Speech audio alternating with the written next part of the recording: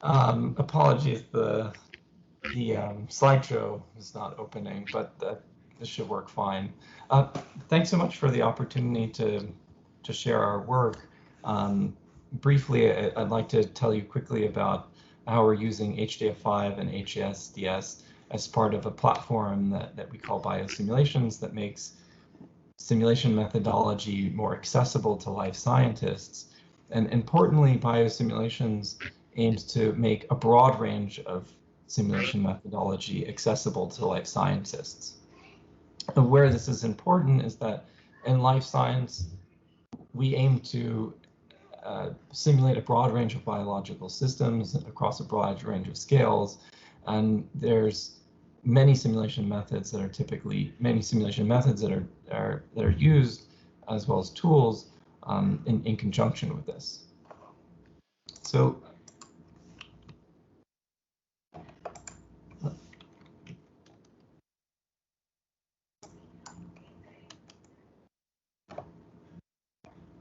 okay. So quickly, I just want to disclose that I do have one conflict of interest. I recently left Mount Sinai to start Formic Labs with Michael Antonov.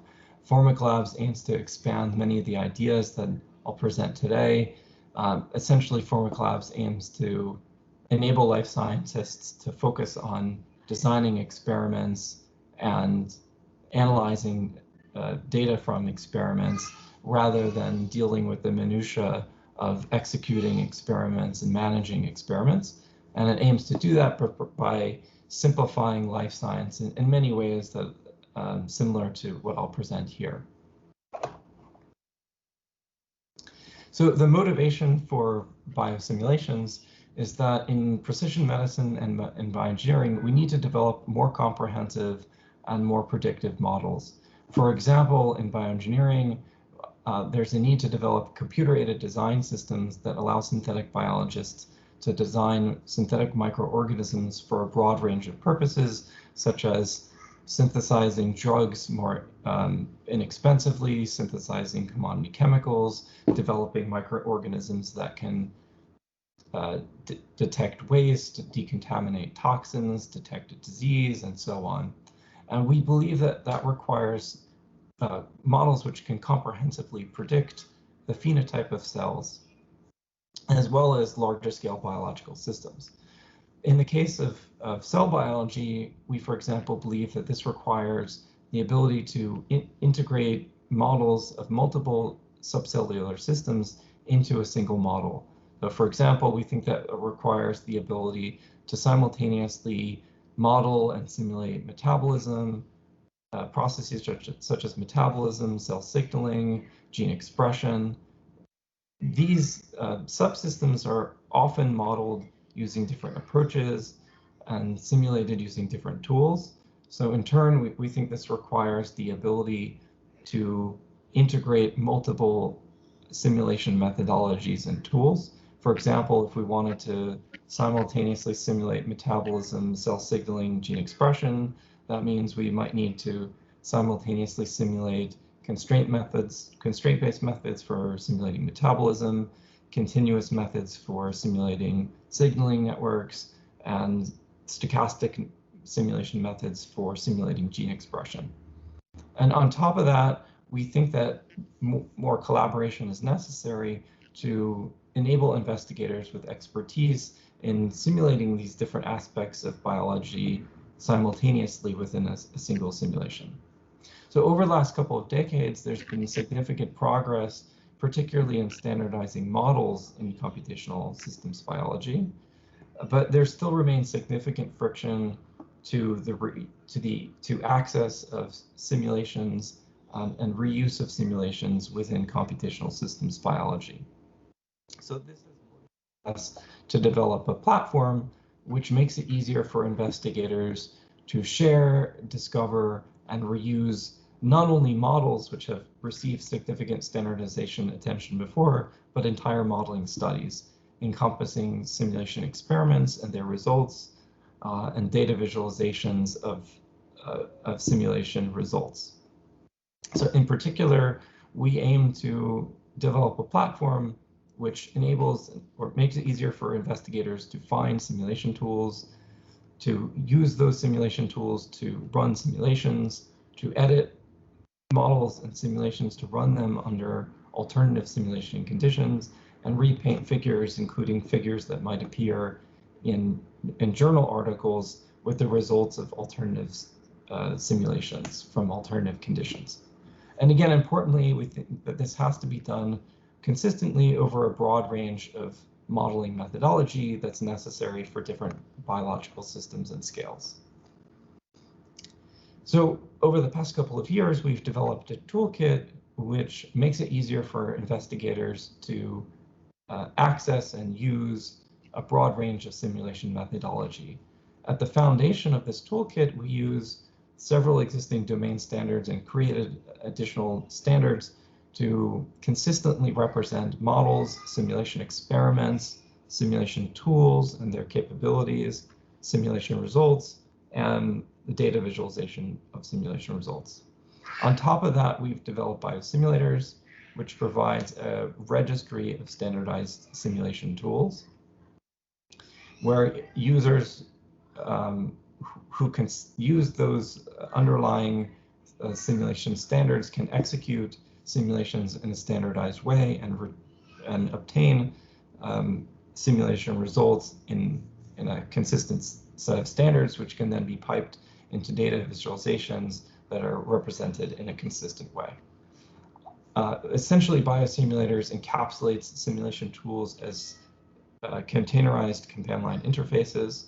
On top of Biosimulators, we've developed Run Biosimulations, which provides investigators a web application for using the standardized interfaces to simulation tools, and it abstracts away the need for investigators to understand containerization and know how to use Docker.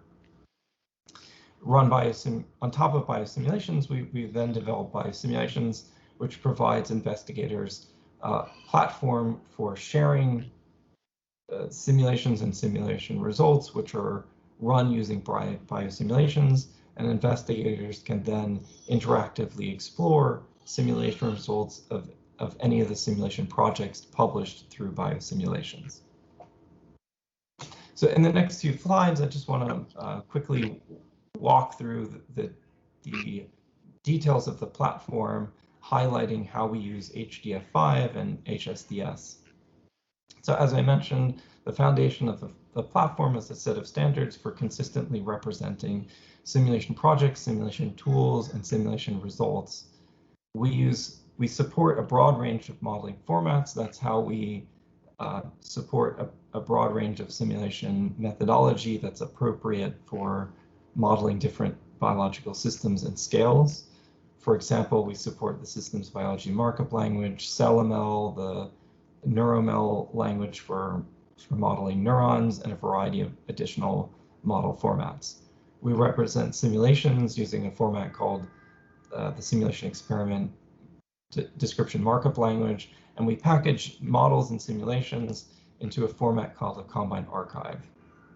We then encapsulate simulation tools using containerized command line interfaces, and those containerized command line interfaces produce simulation results in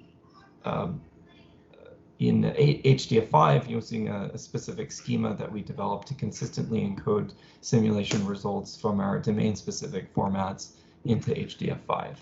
And we use Vega to represent data visualizations of simulation results.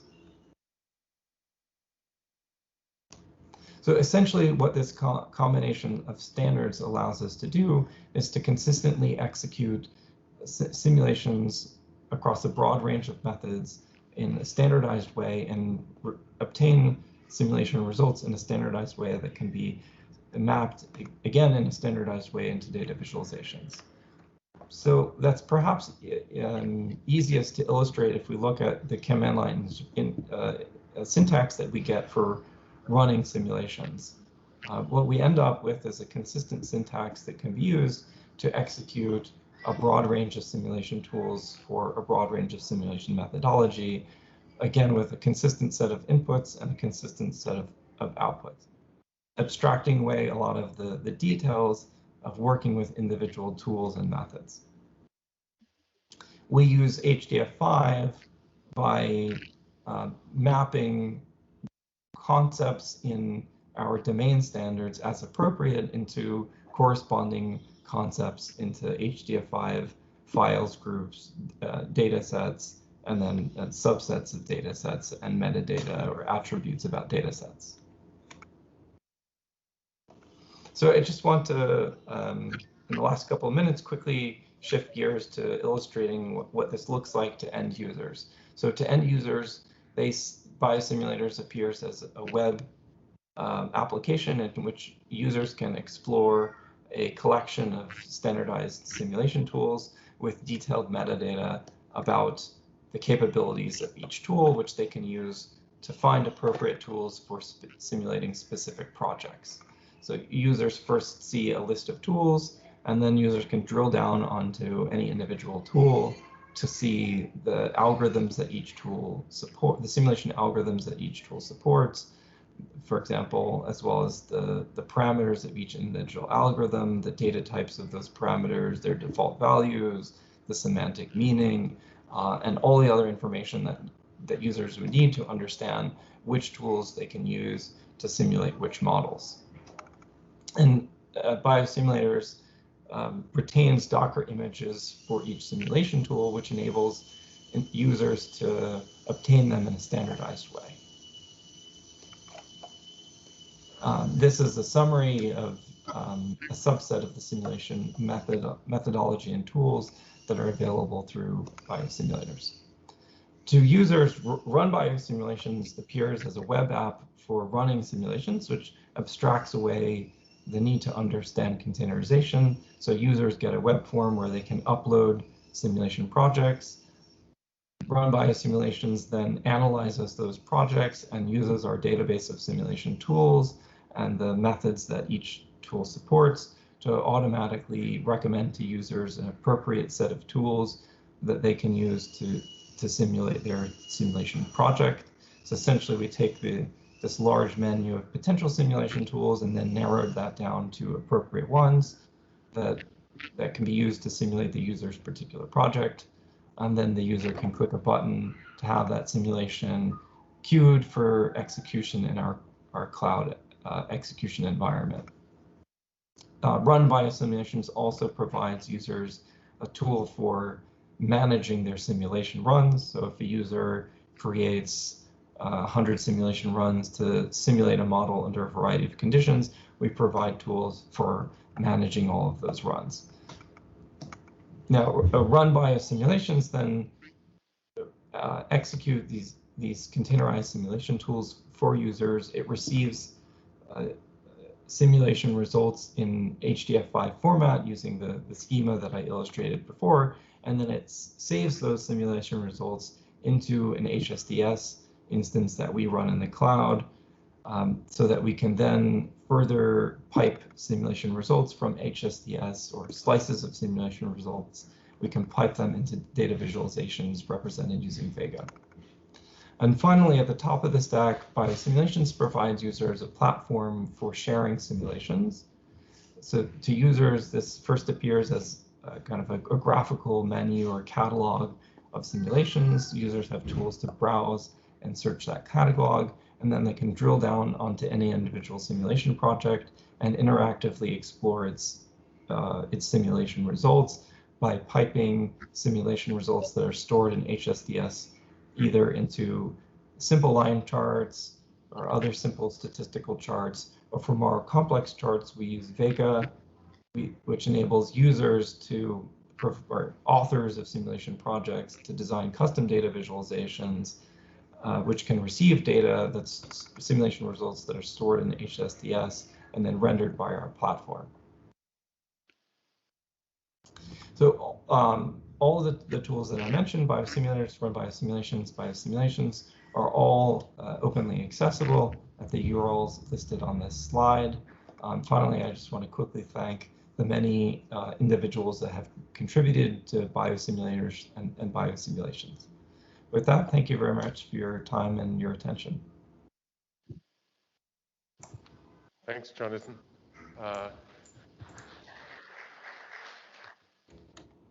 Do we have any questions for Jonathan? No? Okay. This Vega tool that you mentioned at the end, that's a, what kind of, it's a visualization tool, or can you say a little bit more about that? Vega is a data visualization grammar. It's developed by a group at University of Washington. And essentially, it allows you to separate the visual marks that define the structure of a data visualization from the data, so that you can easily pipe data from a separate source into declarative description of a data visualization, which describes the structure of that visualization and how data should be painted or brushed onto the visual marks that constitute the structure of the visualization. Thanks. And so if there is such a thing as a typical project, how much data does a typical project put into HSDS at the moment? There's a big range, and that's partly because there's a large range of simulation methodology in our field. So though the great majority of simulations produce individual simulation runs of individual simulations produce data on the order of a few hundred kilobytes to maybe megabytes. But at the other end of the scale, there are more detailed spatial simulations which could produce gigabytes of simulations, or gigabytes of simulation results per simulation run. And then in a typical experiment, an investigator might run hundreds or thousands of individual simulations under different conditions. So you could take that gigabyte size and multiply that by 100 or 1,000 and quickly create much larger sets of simulation results. In my own work, I've had projects where we have a couple of terabytes of simulation results by combining individual simulation runs that produce results of about a gigabyte and then multiplying that by 1,000.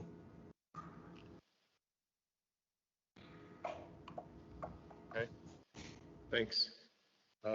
Any final call? Any other questions? Nope. Then thanks again, Jonathan.